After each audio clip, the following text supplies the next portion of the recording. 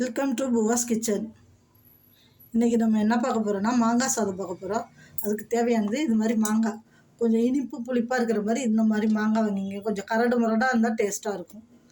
3 பச்சை மிளகா, கடுகு, கடலப்பருப்பு, வெல்லம் வந்து கருவேப்பிலை எடுத்துருக்கோம். உப்பு வேணும், அது சால்ட்டு தான் எடுத்துக்கணும், நம்ம கல் உப்பு எடுத்துக்கக்கூடாது.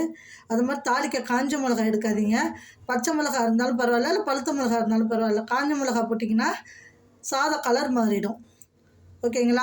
இப்போ இதை தோலை சீவி நம்ம நைஸாக சீவிர கட்டையில், கேரட் சீவிர கட்டையில் சீவிட்டு வந்துடுவோம். பச்சை மிளகா அரிஞ்சிட்டு வந்துடுவோம். இப்போ வந்து செய்யலாம். இப்போ பாருங்கள், மாங்காய் நைஸாக சீவிட்டு வந்துட்டோம்.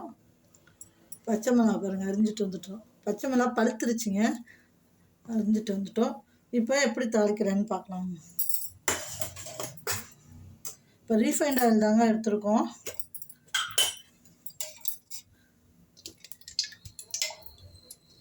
ஒரு 3 ஸ்பூன் ஊற்றிக்கிறேன். இது மாதிரி புளிக்கரண்டி இந்த மாதிரி ஸ்பூனால் 3 ஸ்பூன் எண்ணெய் ஊற்றிருக்கேன்.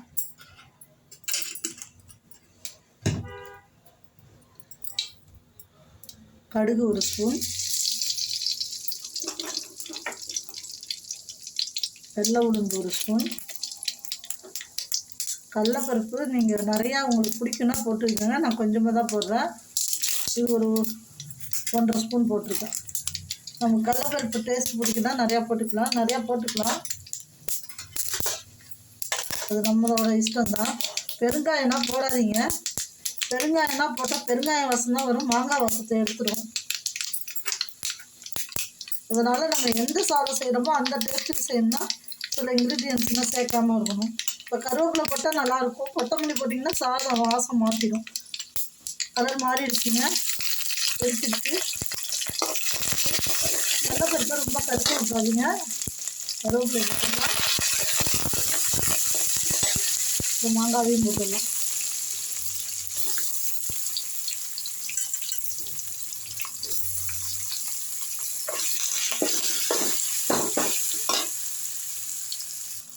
ஒரு ஸ்பூன் அளவு மஞ்சத்தூளும் உப்பும் எடுத்துருக்கோங்க. அதையும் இந்த மாங்காய் கூடயே போட்டுக்கணும்.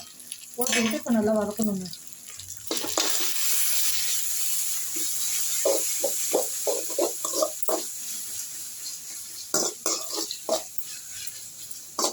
தேவையான அளவு போட்டுங்க, ரொம்பவும் நிறைய போட்டுறாதீங்க. மாங்காய் அவ்வளோனா எரிக்கிற மாதிரி கிடைக்கும். தேவையான மறுபடி போட்டுக்கணும் சாதங்கள் இருந்து. இதில் இப்போ பார்த்துக்கிட்டு இது நல்லா வதக்குங்க.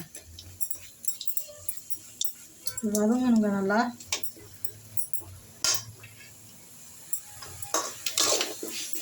இதுக்கு நல்லா தேங்காய் துவையல் அப்புறம் காம்பினேஷன் நல்லா இருக்குங்க. இல்லை வெறும் சாதத்தையே அப்படியே சாப்பிடலாம், செம்ம டேஸ்ட்டாக இருக்கும்.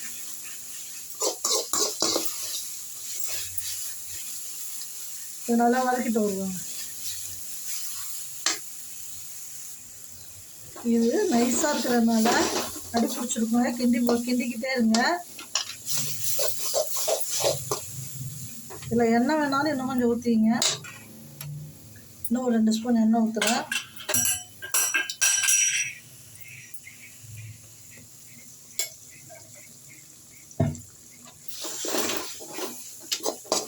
நல்லா சுருண்டை வதங்கட்டுங்க. வதங்கினதுக்கு அப்புறம் தான் சாதம் போடும்.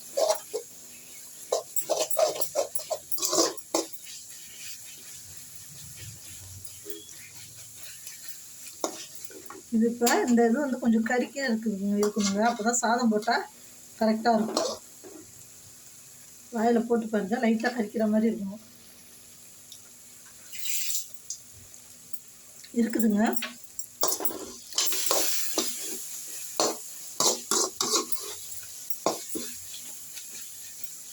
நல்லா மாங்காய் வெந்தோன்னே இறக்கிடலாங்க.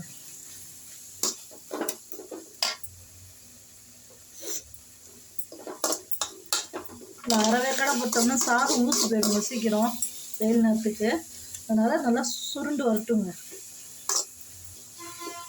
அப்புறம் சாதம் சீக்கிரம் வீணாக போகும்.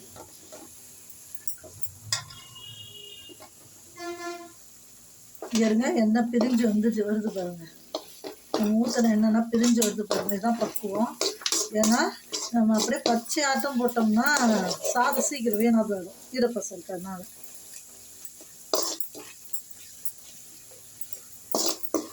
இப்போ எண்ணெய் பிரிஞ்சு வந்துருச்சுங்க. நம்ம இந்த அளவு சாதம் எடுத்துக்கிறோம். இது எவ்வளோன்னா ஒரு சின்ன டம்ளர் காப்பி குடிக்கிற அளவு 150 அரிசிங்க, 150 கிராம். இப்போ இதில் நம்ம கொஞ்சம் கொஞ்சமாக சாதத்தை சேர்த்துப்போம். அடுப்பை நிறுத்திட்டு கிளறுங்க.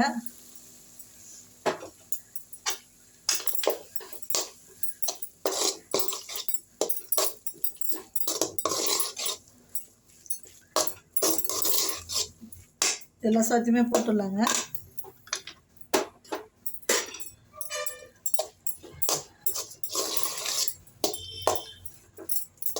நீங்கள் புளிப்புக்கு தகுந்த மாதிரி புளிப்பு கொஞ்சம் பிடிக்குன்னா நீங்கள் புளிப்பாக வச்சுக்கலாம். இல்லை சாதத்தை போட்டு புளிப்பு கம்மியாக கிளறி வச்சுக்கலாங்க. அவ்வளோதான், மாங்காய் சாதம் ரெடி. இது நல்லா கிளறிட்டு பார்க்கலாங்க. சாதம் கிளறிட்டோங்க. மாங்காய் சாதம் ரெடி. இதில் நல்லெண்ணெய் ஊற்றி கிளறாதீங்க. நல்லெண்ணெய் ஊற்றுனா வாசமாக இருக்கும், ஆனால் லெமன் ரைஸ் மாதிரி ஆகிடும். மாங்காய் ரைஸ் மாதிரி மாங்காய் வாசனை வராது, நல்லெண்ணெய் வாசம் வந்துடும். அதனால் ரீஃபைண்டு எண்ணெய் ஊற்றியே நீங்கள் செய்யுங்க.